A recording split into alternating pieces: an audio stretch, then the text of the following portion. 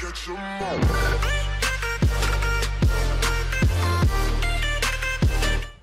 Hey guys, PokeDan here. Within the last few months, we've received a lot of information from the Pokemon Company, but what excited me the most was the announcement of the Pokemon Sword and Shield expansion pass known as the Isle of Armor and Crown Tundra. As well as having loads of new areas to discover and characters to meet, we'll also be seeing the return of over 200 Pokemon. And in this video, I wanted to talk about the top 10 Pokemon I think should return in the DLC for Sword and Shield. This is of course all in my own opinion, and there is no wrong answer in regards to what Pokemon should return. So be sure to let me know your thoughts down below. But before we get started with the video, I wanted to talk about the sponsor of today, Raid Shadow Legends. Raid is a popular free-to-play game available on iOS and Android that takes place in a fantasy world where you can fight with hundreds of different characters. Like for real, the variety of characters is insane, and they all have badass designs too.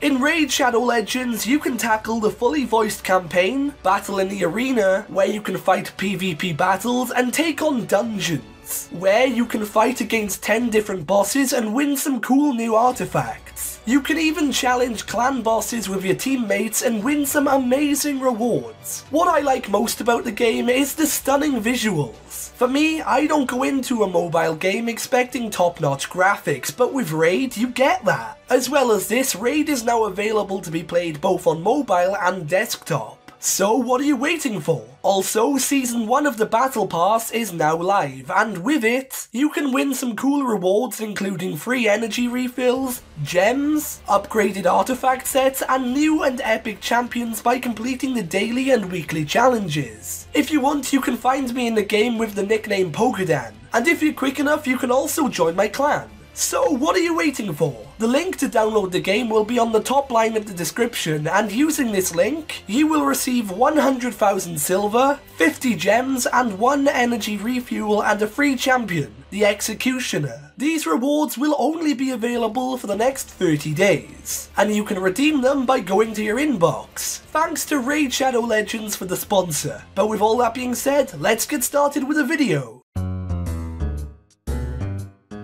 Kicking things off for this list, we have none other than Floatzel. Looking at both this Pokemon and its pre-evolution, they look like they would be right at home in the Galar region. I can just imagine riding around the wild area and running into a wild weasel just wandering through the grass or even swimming in the water when you enter a rainy part of the wild area. The argument can be made that the species that these Pokemon are based on aren't native to the UK, aka the Galar region's real-world inspiration, but I'm sorry, I don't exactly remember seeing any pandas or rhinos on my last trip to London. Pokemon is a fictional franchise, so that's not really an excuse, and I just really miss seeing these water-type Pokemon. My choice for number 9 had me buzzing, and that's because it's Beedrill. Back in Pokemon Omega Ruby and Alpha Sapphire, I was frustrated with Game Freak for giving this Pokemon special treatment over Butterfree by giving it a Mega Evolution. And although it's true that Butterfree gained a Gigantamax form in Sword and Shield, that doesn't mean that Beedrill needed to be cut entirely. Just like everywhere else in the world, we do have bees in the UK, and a lot of them. So Beedrill not being in the Gen 8 games feels like a missed opportunity. Ordinarily, I wouldn't be too upset because a lot of Pokemon got cut. However, they decided to include a Pokemon that is considered its counterpart and not Beedrill itself. So hopefully we see this bug Pokemon make a U-turn in the DLC. One popular stereotype about us British folk is that we like to spend a lot of our time down the pub getting drunk. Whilst I can confirm this is not true for so many Brits, it's still a popular belief that people outside of the UK think is true. So that's why I think Spinder would fit right in Galar. Spinder's not exactly known for being a fan favourite Pokemon, but I think it would be really funny to see this Pokemon in the overworld stumbling around the wild area. When I look at new Pokemon like Poltegeist and Yamper, I'm reminded of their origins and how they tie in with popular beliefs about the UK. You know, what with everyone thinking we drink tea all the time and have a corgi in every British household. So if those stereotyped Pokemon can make it in the game, I say Spinder has just as much right to be brought back in the DLC for Sword and Shield. Next up is a bit of a personal choice that I think needs to return in Gala, and that is the Aron evolution line.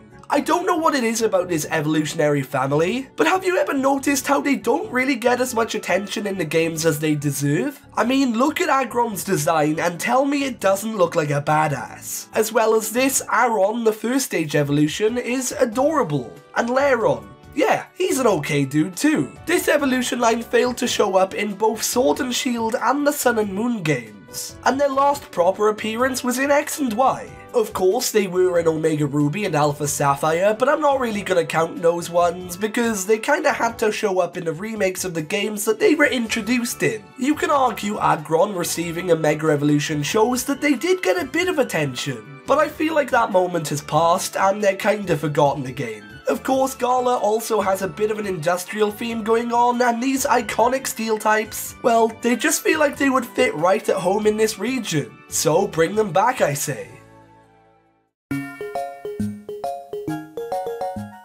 One of the first new Pokemon we were introduced to in the trailers for Sword and Shield was Wooloo, an adorable Pokemon based on a sheep because, you know, we have lots of them here in the UK. But another sheep Pokemon that exists and failed to make it into the Generation 8 games was that of Mareep, and well, its evolutions too. Fair to say, these Pokemon are somewhat fan favourites, so that's why it's even more surprising they didn't return in Sword and Shield. I could imagine taking a stroll through Route 4 and encountering a wild Mareep.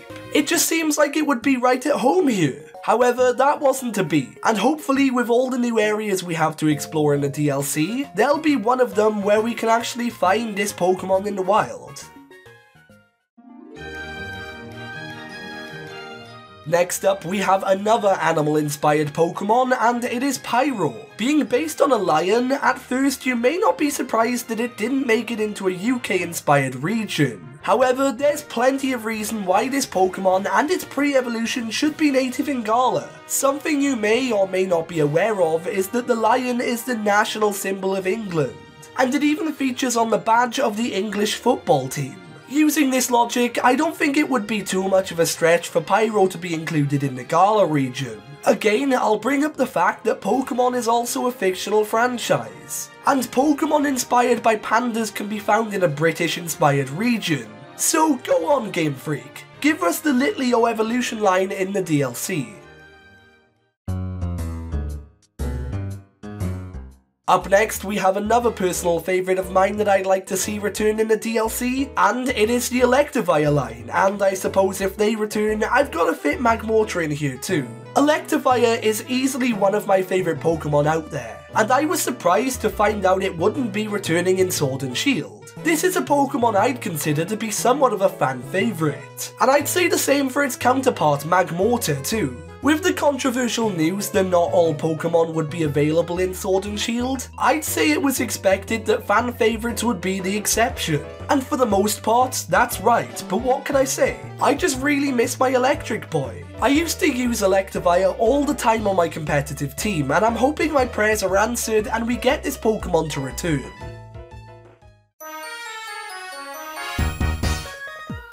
Coming in at the number 3 spot, we have Swanna. Did you know Gala is based on the UK? Sorry, just felt like I haven't mentioned it enough. But yeah, here in Britain, it's actually illegal to kill or injure a swan, because the Queen has legal ownership over every single one in the country. If you live outside of the UK, or heck, even in the UK, this might be something you're unaware of. Of course, why you'd want to hurt such a beautiful creature anyway is beyond me, but knowing this animal has such a royal connection, it's kind of surprising that Swanna never made it into the Gala decks. No matter what your opinion is on this Pokemon and its pre-evolution, they certainly look like they'd fit the part in Gala, so it would make so much sense to see them return in the DLC. So again, come on Game Freak, let's make this happen. Taking the runner-up spot on this list, we have a few Pokemon, and they are Druddigon, Dragonite, and Salamence. If you notice, these guys have something in common. And that's that they're all above this height, so they're allowed to go on the ride. Have fun, guys. But nah, for real, these three are dragon types. And although we have plenty in Gala, it's hard to deny that these two aren't iconic dragon Pokemon. I mean, Dragonite is literally part of the only Dragon-type evolution line in Kanto. The reason Gala should be overrun by dragons is because its real-world inspiration is well known for having a strong link to myths and legends from ye olde days. I guess with that logic there should be more fairies too. So go on then, you guys get a pass as well. So yeah, add more dragons for this reason. If you're wondering why I specifically name-dropped Druddigon, it's because as much as I love that Gala is based on the UK, it's mostly just England and Scotland. Wales and Northern Ireland barely get a mention, and being from Wales, I'm not entirely pleased with this. I am a bit salty. I mean, we easily have the coolest flag in the UK. It features a flipping red dragon. So in the DLC, I want Wales to get some representation by giving Druddigon a Galarian form. And in this form, I want its design to take inspiration from the Welsh dragon. For real though, that would be really cool to see. And finally, coming in at number 1, we have a mythical Pokemon being Shaymin. What we know so far from the DLC news is that a lot of old legendaries will be returning, but not so much mythicals, and looking at Shaymin, it would be the perfect choice for the Gala region. In Gala, there is so much stunning greenery, and I could easily see Shaymin fitting in with this environment. It'd also be cool to get a special event where we can catch Shaymin in a flower garden of some sorts. And although I know I'm reaching here, I'd still love to see it. Shaymin belongs in Gala, and you cannot change my mind. But anyway guys, with all that being said, that pretty much wraps things up for this video. Despite myself sounding a bit different because I'm ill, I hope you guys enjoyed, and if you did, be sure to leave a like and subscribe for more. Also, be sure to let me know what Pokemon you think should return in the DLC down below. But with all that being said, for now, I've been PokeDan, you've been amazing, and yeah, I'll see you guys next time.